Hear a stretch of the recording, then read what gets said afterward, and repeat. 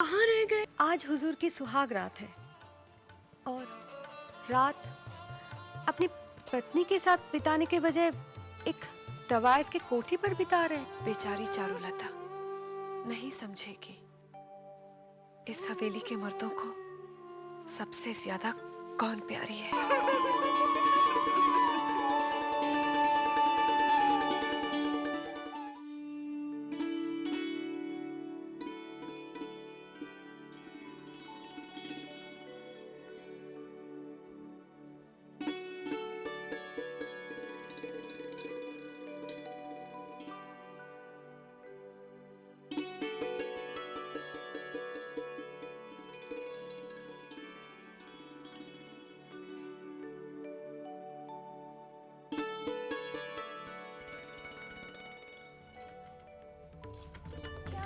क्या कर रहे हैं आप?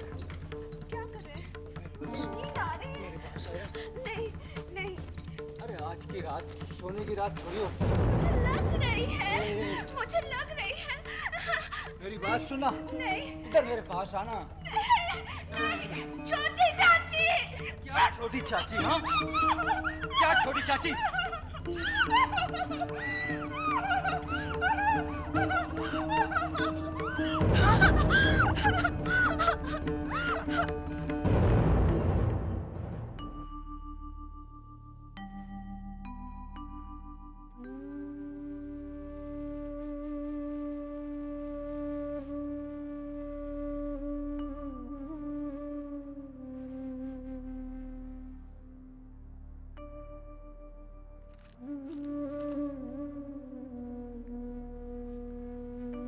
अरे बेटी, तू अभी तक खड़ी है? तैयार क्यों नहीं हुई? अरे नहीं नहीं नहीं नहीं, इन बासी कपड़ों में मुझे मत छू। देख बेटी, हमारे घर का नियम है सुबह सबसे पहले नहा धोकर पवित्र होना, फिर पूजा करना, उसके बाद कोई और काम करना। क्या हुआ? तू कुछ बोलती क्यों नहीं? नहीं, कुछ नहीं। अच्छा ठीक है, चल जल्दी से तैयार हो जा। हाँ,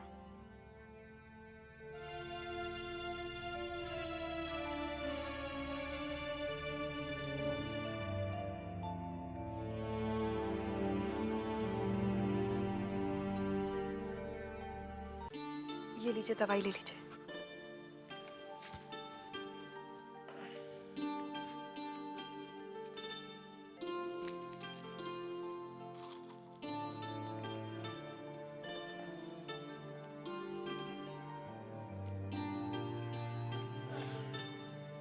आज आप अपने नन्हे के भोज में नहीं जाएंगे? नहीं, हमारा मन नहीं है। अकेले कमरे में तो मन घबराता ही है। बाहर नए रिश्तेदारों से मिलेंगे, शायद मन बहल जाएगा। छोटी बहू, हम उन लोगों से नहीं मिलते जो हमारी बराबरी के नहीं है। आपकी बराबरी की तो मैं भी नहीं थी, फिर आपने मुझे कैसे अपना लिया? क्योंकि वो फैसला आपके पिताजी का था और आपने उनके फैसले का आदर किया।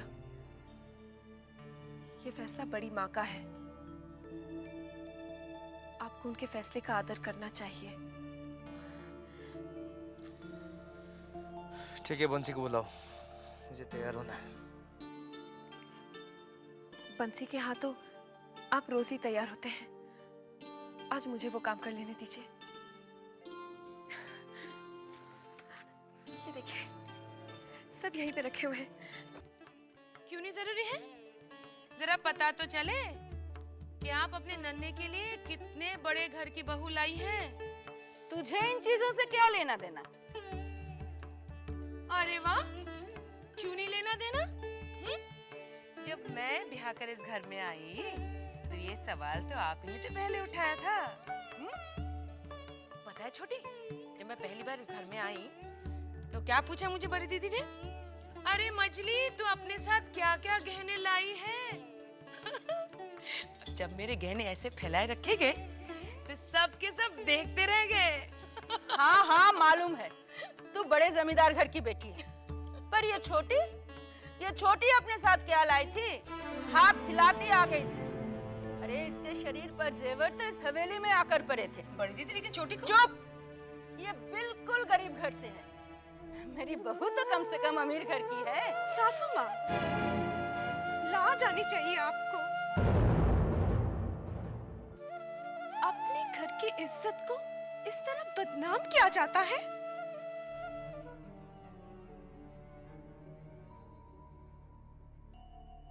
अरे बाप रे, जितनी छोटी उतनी लंबी जुबान। चाची, छोटी चाची, छोटी चाची, छोटी चाची, दरवाजा खोलिए। छोटी चाची, छोटी चाची, आपको मेरी कसम। छोटी चाची,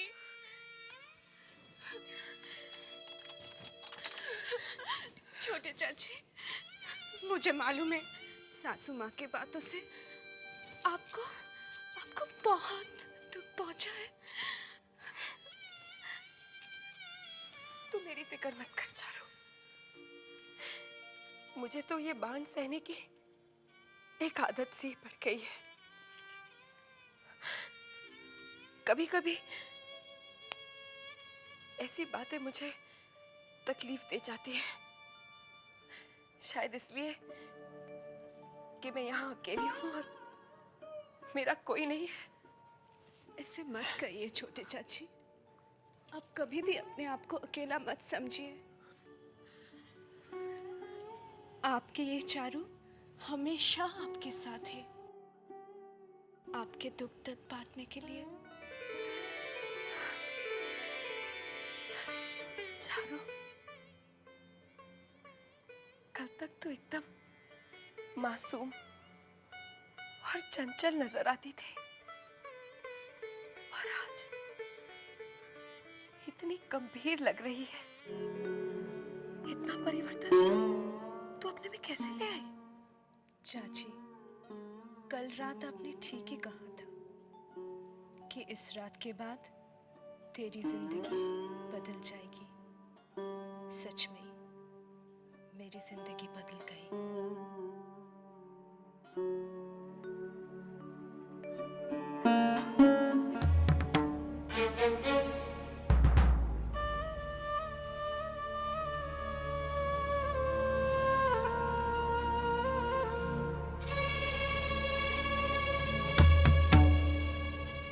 बड़ी माँ के सामने ऊंची आवाज तो बहुत दूर की बात है। आज तक हमने नजरें उठाकर बात नहीं की, और इस नई बहू की इतनी हिम्मत कि उसने सबके सामने ऊंची आवाज में जवाब दिया। ये ठीक नहीं हो रहा है, कुछ भी ठीक नहीं हो रहा है।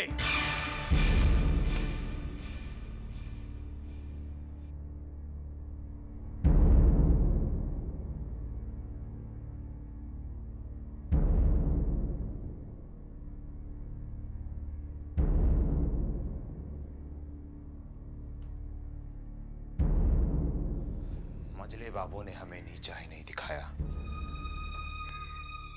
बल्कि हमारे पिताजी की मौत का कारण भी वही है।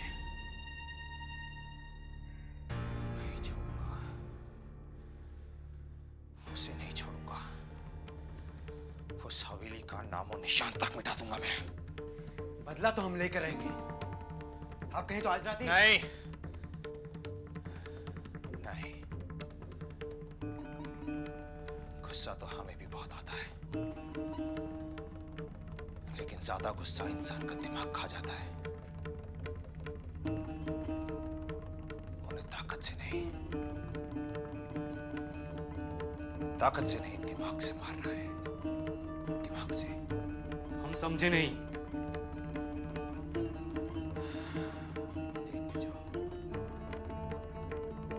देखते जाओ किस तरह बर्बाद करता हूं। जाके कह दो। देखिए सेठ जी, चुन्नी बहुत परेशान है, इसीलिए थोड़ा इंतजार करने के लिए कहा है। आपका सारा कर्जा चुका देगी। फिलहाल आप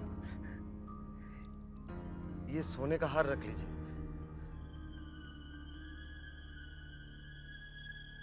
अरे इससे मेरा क्या होगा? मुझे तो पूरे पैसे चाहिए। सेठ जी हाथ जोड़ते हैं, फिलहाल इसे रख लीजिए। और छोटे बाबू छोटे बाबू? अरे बाजार में कितने बाबू हैं?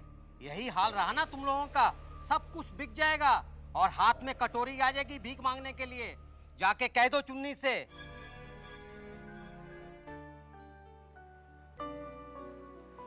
कैसे हो रतन? जी अच्छा हूँ, आप कैसे हैं? ठीक हूँ।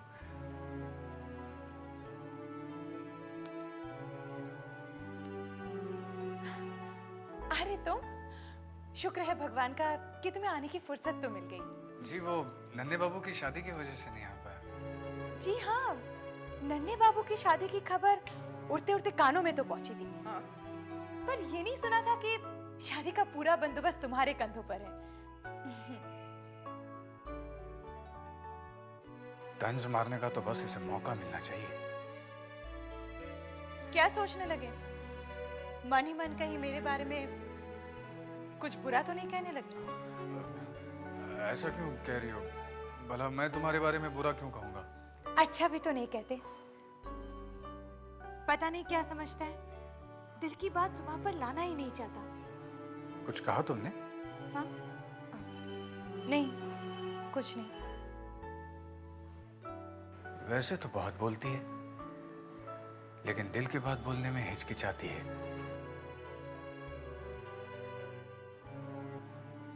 कुछ कहा तुमने?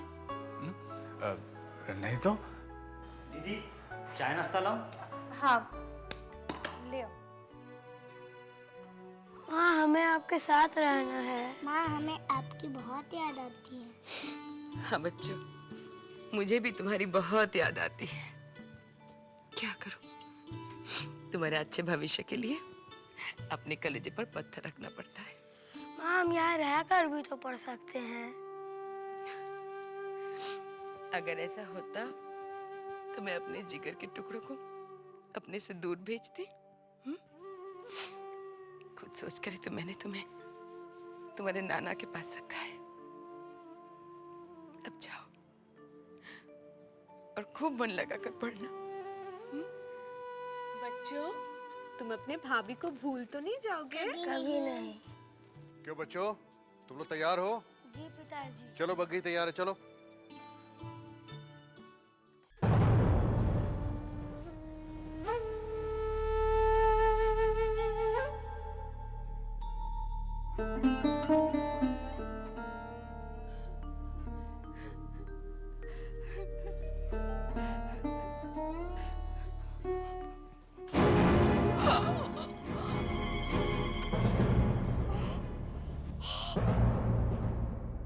हाँ, मैं नहीं चाहता किसी का जिंदगी दफन हो।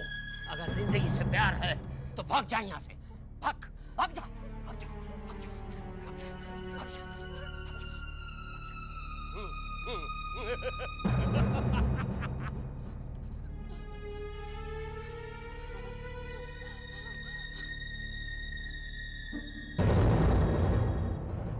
बाबू जरा गौर कीजिए, ये हाबुल का व्यवहार मुझे कुछ ठीक नहीं लग रहा है।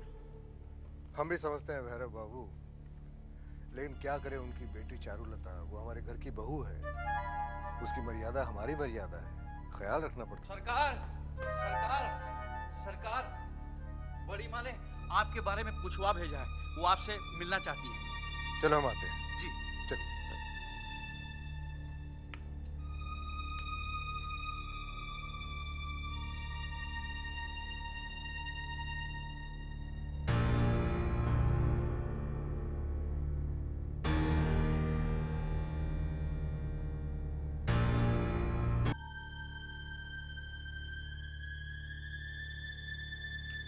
प्रणाम बड़ी माँ। जीते रहो, बैठो। बड़ी माँ, हमारे कानों ने जो सुना है उसे आपके कानों ने कैसे बर्दाश्त कर लिया? तुम कहना क्या चाहते हो? बड़ी माँ, आप किसी की गुस्ताखी पे पर्दा डालने की कोशिश कर रही हैं। शायद तुम्हारे कान मजली ने भरे हैं। कान नहीं भरे बड़ी माँ, बल्कि सच्चाई हम तक पहुंचाई गई। मतलब? हमारे खानदान में आज तक ऐसा नहीं हुआ कि छोटे बड़ों से बदतमीजी करें। भले ही बड़े गलत हों, लेकिन छोटों को अदब के दायरे में रहना है। हमने आज तक आपसे ऊंची आवाज में बात करना तो दूर, कभी आपसे नजरें उठाकर बात नहीं की। और ये कल की आई हुई नई लड़की, इसने सिर्फ आपसे ऊंची आवाज में बात नहीं की, सबके सामने आपको बेइज्जत किया। लेकिन मंजले, वो अभी बच्ची है, उसे समझ नहीं है। हमारे घर के बच्चे भी समझदार हैं, वो बड़ों का मान करना जानते हैं। लेकिन मंजले, वो दूसरे घर से आई है, धीरे धीरे सीख जाएगी। नहीं बड़ी माँ, सीख नहीं जाएगी, उसे सिखाना पड़ेगा। इस हवेली के तौर तरीके, कायदे कानून, हम चाहते हैं कि वो हवेली में रहकर शिक्षा ले। लेकिन हवेली की बहू को बाहर का कोई आदमी आकर शिक्षा दे, क्या ये अच्छा लगेगा? बाहर का क्यों बड़ी माँ? वो हमारे यहाँ है ना, मास्टर ब्रज राखाल, वो तो हमारे घर ही के आदमी है, वही चारुलता को पढ़ाएंगे। हम आज ही विदु सरकार को बोल देते हैं कि हम मास्टर जी से मिलना चाहते हैं। छोटी बहू रानी, आपने कुछ सुना? पूरी हवेली की खबर तो तू ही आके मुझे सुनाती है। बता, अब ऐसा क्या सुनकर आ रही है? छोटी बहू रानी, कल नई दुल्हन ने बड़ी माँ से जो बदतमीजी की थी ना, सो मंजले बाबू बहुत गुस्सा हुए। वो कहते हैं कि नई दुल्हन को इस हवेली के तौर तरीके आने बहुत जरूरी है, इसीलिए वो कल से मास्टर जी से शिक्षा लेंगी। क्या चारुलता पढ़ेगी? मास्टर जी उसे शिक्षा देंगे? जी हाँ छोटी बहू। जानती है चिंता, बचपन में मेरी भी बहुत इच्छा थी कि मैं भी पढ़ूं लिखूं, लेकिन मेरी इच्छा कभी पूरी नहीं हुई। लेकिन छोटी बहू रानी, आपकी ये इच्छा क्यों नहीं पूरी हुई? जो लोग गरीब होते हैं वो पढ़ने की नहीं, अपना पेट भरने की सोचते हैं। हमारे पिताजी के कंधे तो हमारे लिए 2 वक्त की रोटी जुटाने में ही झुक गए, तो वो भला मेरे पढ़ने का बोझ कैसे उठा पाते? लेकिन मेरे पढ़ने की इच्छा अब तक जिंदा है। जानती है चिंता, जब भी मैं किसी को पढ़ते हुए देखती हूँ या उसके बारे में सुनती हूँ, तो मुझे बहुत खुशी होती है। जब भूतनाथ ने आके बताया कि जबा कॉलेज जाती है, तब मैं बहुत खुश हुई थी। लेकिन छोटी बहू रानी, आप चाहे तो आपकी इच्छा तो आज भी पूरी हो सकती है।